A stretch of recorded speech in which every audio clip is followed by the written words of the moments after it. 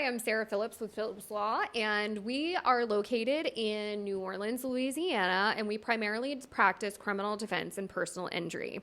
And the other day, we had a new client who had some questions about criminal district court in New Orleans. And I thought, you know what, let me make a video on this so that I can answer some of your most frequently asked questions about criminal district court in New Orleans, affectionately known as Tulane and Broad, by those of us that know. So criminal district court is located at 2700 Tulane Avenue. It's at the corner of Tulane and Broad. Now, where do you park? So there is some free parking around the courthouse. However, it is very limited. And unless you're getting there at 8 o'clock in the morning, you're generally not going to get it. So what I tell people is that there are some paid lots around the area, closer to the Falstaff Brewing Company, like those kind of apartments back there, that is a paid lot. So what I suggest is that you park in the paid lot and make sure to pay because they will tow you. Make sure to put that app on your phone the night before. It's either Park app or mobile app. I hate to say it on here because generally the company can change over time because those lots are privately owned. They're not publicly owned from what I understand. Long story short, just make sure to arrive early if you haven't downloaded that app or if you are confused about parking. Just get there 45 minutes early so that you can feel comfortable where you can park. And just make sure to park because they will tow you. Now, whenever you do park, make sure that it's a busy section of town, right? There's a lot of cars, especially you're going to court at 9 o'clock in the morning, which is when everybody's racing off to work. This is probably the most stressful part of my day is walking across those streets to get to Tulane and Broad criminal court. So thankfully, the past 2 years, they have added crosswalks that are better, that are painted green. Please make sure to use the crosswalks. Please make sure to wait for the lights because people are driving crazy over there in the morning. And the last thing I want to hear is that you were hit by a car trying to get to court. Okay, so let's just be safe, use the crosswalks, and obey all traffic signs. So you're walking down the street, you're going to criminal district court. Let's say you've come from the paid parking lot back there by the Falstaff Brewing Company. And there are two entrances to criminal district court. There is one on the side you may see. However, there's a sign up above that says that it's just for juries and members of the court, judges, attorneys, that kind of thing. So as a member of the public, as a client who has a case on the docket in court, you would not use this entrance. That is just for juries. That's just for attorneys. That's kind of just a side entrance for them.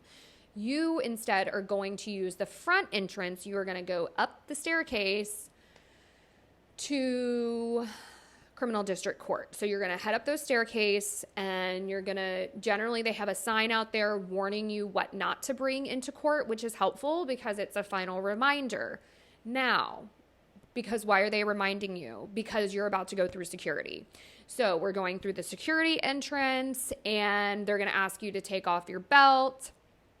Potentially, they're going to ask you to take out your phone or your phone, number one, because you're not allowed to bring it. Just give me 1 second. They're going to ask you to take out your wallet, your keys, and to put it through the security. Now, here's what's going to trip you up. These are things that you cannot bring to criminal district court in New Orleans as of 2025. You cannot bring your cell phone. Leave it in your car or leave it with someone you trust outside of court. You cannot bring in your cell phone. Number two, you can't bring in any chargers, anything electronic related. For instance, chargers for a cell phone. Your Apple Watch. This is a big one. People think, why not my Apple Watch? Because technically your Apple Watch is still a cell phone and it has the recording device on it technically. So the court is very protective about bringing in any electronic devices. Again, cell phones, chargers, headphones, I just say don't even bring in the headphones, okay? Because it may just be that security guard that day, and the last thing you want to do is walk back down the stairs, walk back down across the crosswalk to your car to put in all your electronic devices. Just leave them all in the car, not out in the open, because we do live in New Orleans and we don't want them to get stolen. So just make sure to put it in your glove box, underneath something. So leave all that, okay? Also along those lines are pepper spray, lighters, obviously anything explosive or anything like that. I mean, you're not bringing in explosives, but anything that they're concerned would start a fire, anything like that, okay? Please leave. What should you be bringing in? Well, make sure to bring a ID, whether that's a driver's license or an ID, just like a Louisiana ID. You can bring in any documents, any case documents that you need to use during your court appearance, but also as your attorney, we will have your case file and we will have all those documents for you. But, if you need to bring court case documents for the court, or if you need to bring it for your attorney, make sure to bring those in. Children. Do not bring in children. I know that this is kind of, you may have the kids may be out of school, maybe the kids are sick, maybe you've got young kids, maybe you've got babies. The judges do not want you to bring your children into the courthouse, into their sections of court. So I've had an instance where a client brought her kid because the kid was sick, and the judge said, well, I'm not going to allow the kid inside the courthouse. And the kid was 1 year old. And so, but it was a mess. So bottom line, try to make sure that you secure that child care beforehand. And in case of any emergencies, you have somebody on speed dial to say, hey, little Henry is sick. I got to go to court. Make sure that you have a friend, a grandmother, a babysitter, something that's a backup so that you can make sure not to bring your child to court, because the judges will not allow them in the courtroom, and you need to be in the courtroom so the judge can see you, so we can make sure your bond isn't going to get revoked. Anything like that. What if you can't make it to court? Some emergency happens. Well, contact your attorney. Give us a call. We will let the receptionist know that you're running late or that you're not able to make it. We will handle it with the court. It's best to let your attorney know as quickly as possible so that we can talk to the judge, talk to the court staff, let them know what's going on. It's better to stay ahead of it instead of telling the judge later, oh, well, Miss Samantha didn't show up because her car broke down and it's now 3:00 and the judge has already issued a bench warrant and now the judge is off the bench for the day. So now you have the bench warrant out for you. Now we got to go back the next day and explain it to the judge. Maybe there's something that we could have done that morning. We could have talked to the judge and said, hey, Miss Samantha's car broke down. Here's a picture of her car breaking down. AAA is on the way. Judge, we're going to come in tomorrow morning. And the judge, if they're nice and depending on the specifics of your case and your history with showing up to court, they may not issue the bench warrant and they may say, okay, she can come tomorrow. So bottom line, talk to your attorney and let them know if you're having troubles as quickly as possible so we can handle that for you. Now, so also, what do you do whenever you enter into court? Well, number one, you should know the section of court. Court and criminal district court is divided up into several sections, like section A, B, C, D, and each section is a different judge. So you should already have this information before you go into court for your section. If you're confused, just ask your attorney, ask us, and we'll let you know. And we can let you know where to go. Because I would like to say, oh, section A is always on the first floor. Section B is always on the second floor. That's not always the case. Even if you haven't been to criminal district court in quite a while, the courtrooms change because, fun fact, criminal district court is an old court and there's better courtrooms than other ones. And so it's based on judge seniority. So whenever a new judge comes into office, they usually get the not so great courtroom. And that means a senior judge can move into the better courtroom, right? So they are frequently moving around courtrooms, usually once a year. 1 or 2 judges move around their courtroom, which can be frustrating, but it is what happens. So if you are confused as to where your section of court is, just ask the bailiff or ask the security guards out front or at the front, hey, where is section B? Is it still on the second floor? Again, ask your attorney as well, but if you're just in court, ask the security guards and they can direct you to the right section of court. So once you actually get into the courtroom, you need to check in with the court staff to let them know, hey, I'm Miss Samantha Jones and I am here. Now, Usually as your attorney, we can be in the courtroom already, but sometimes we're also in other sections of court, and that's okay. Do not panic. The judge, the court staff, everyone at criminal district court and the other courts in the other parishes, they understand that criminal defense attorneys work privately and that we may have different sections of court on the same morning, all set for the same time. Okay? Don't panic. If you get in the courtroom and we are not in there, it doesn't mean that we're not there. It doesn't mean that we're not in another section of court. Usually we've either like already checked in with that section of court and told the judge, hey, judge, in section A, we're actually over here in section B working on this right now, but we'll be back for this. So usually the court staff is already aware of where we are in the building, but don't panic if we're not there. So go in. If the judge is on the record, if it looks like there's a lot going on and the judge is talking, the DA is talking, and they're on the record, just sit down, not usually in the first pew. That's usually reserved for police officers. But if you sit in the third or fourth row, and then let them finish what they're doing. Then you can go up, say to the district attorney, hey, I'm here for this case. Where else do I need to check in? That way people know that you are in court. I would like to say that for every section of court, there's one person that you check in with, but honestly, it's every judge runs their section differently. They're doing things at different times. As you can see, going to court, it's a very fluid environment. The judge may be on the bench. The judge may be off the bench because they are taking a 30-minute coffee break, or they had to take a call, or they're waiting on the DA, or they're waiting on a police officer. As you've seen, it's very fluid. It changes all the time. I wish that I could give you a direct answer as to you check in with this person and this is what you do. Because the second I tell you that to do it for that section, they're just going to change it next week. Bottom line, make sure people know that you're there for your case and that you're waiting. And it's even better if we're already in there for you as your attorney. But like I've said, if we're not, just know that we are in the building and that we are coming. All right, let's see. How long will I be there? I have no clue. Generally speaking, as your attorney, we have no clue. Because the second I tell someone, oh, look, just put on the meter that we're going to be there for 30 minutes because we're the first ones on the docket. I've already talked to the DA. You're going to be in and out is the second you're going to be there for 5 hours. And the second I tell you, oh, this motion hearing is definitely going, the police officers are coming, make sure to be here the whole day, is the second the DA is going to get sick and court is canceled and they're moving the docket to next month.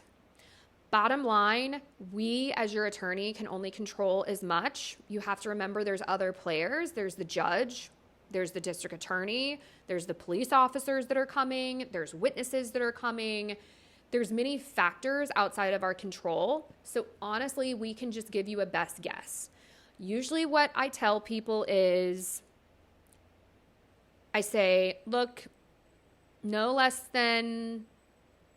I can't even barely tell you right now, right? It just honestly depends on each case, and we will have the best information. Honestly, that morning, we will be able to tell you, look, you're going to be here a long time. The police officers are here, or the DA is, they're in trial, so the DA is moving their docket, so we're just going to be in here for 20 minutes. It honestly just depends day to day. And unfortunately, I wish I could give you a better answer of how long you're going to be there. Because look, I know you've got school. I know you've got work. I don't want to be there as your attorney any longer than I have to, because I need to get back to the office and get work done. So look, just know we try to move the cases along as quickly as possible. We talk to the district attorney. We try to get you out of there as quickly as possible so you can move on with your day. But just know there's only so much we can do. Can I bring a support person is another good question people ask. Absolutely. Bring a support person. Bring your mom, bring your sister, bring your best friend, bring your boyfriend. All I ask is that you bring a support person that's good, okay? We don't need an auntie that's going to bring the drama. We don't need a boyfriend who's going to be reeking of weed. We don't need... Sorry, my husband is texting me. Sorry, my husband's texting me and I'm loving this video. I think it's going very well because I love talking about this. Sorry, I had to do that. Okay. Anyway, make sure to bring a support person that is going to actually be supportive and not hurt your case, and really think about that. I know that being in court is very stressful and it's very scary. So I do support you bringing a support person, but just make sure that that person is calm, cool, collective, is actually going to help you. Think about that person that is really going to guide you in the right direction. And also make sure that they are appropriately dressed and that they also know the rules as to what they can bring into court. And so what does that mean? They can't bring their cell phone, electronics, everything. And in fact, I encourage you to have them watch this video so that they can also be aware of what's going on. Secondly, that brings me to, what do I wear to court? Church clothes. I like to say church clothes, right? Because I can say business casual, but what does business casual mean nowadays, right? And honestly, maybe you don't work at a business. Maybe you don't have a nice pair of slacks. So what I'm going to say is church clothes. What you would want your grandmother to see you wearing in church, okay? Now, what does that mean? Do you need to show up in a 3-piece suit? No. Do you need to show up in a suit? No. Unless you're in trial, and that's a different story, and we'll talk about that. We would talk about that in another video. But generally speaking, can you wear jeans to court? Yes, you can wear jeans to court, but just make sure that they are not overly baggy, that they're not falling down, that you can't see your underwear, that they're held up by a belt, and that you're being respectful. So, because whether you like it or not, people are going to judge you by how you look. They are. The judge is going to judge you. That's literally in their name. The district attorney is going to judge you. Anybody that's deciding your case, the jury, they're going to judge you, which is another video, which I'll do. But honestly, this is not the time to make a statement. This is not the time to show up with graphic language on a shirt. This is not the time to show up with a gun on your shirt whenever you are facing gun charges.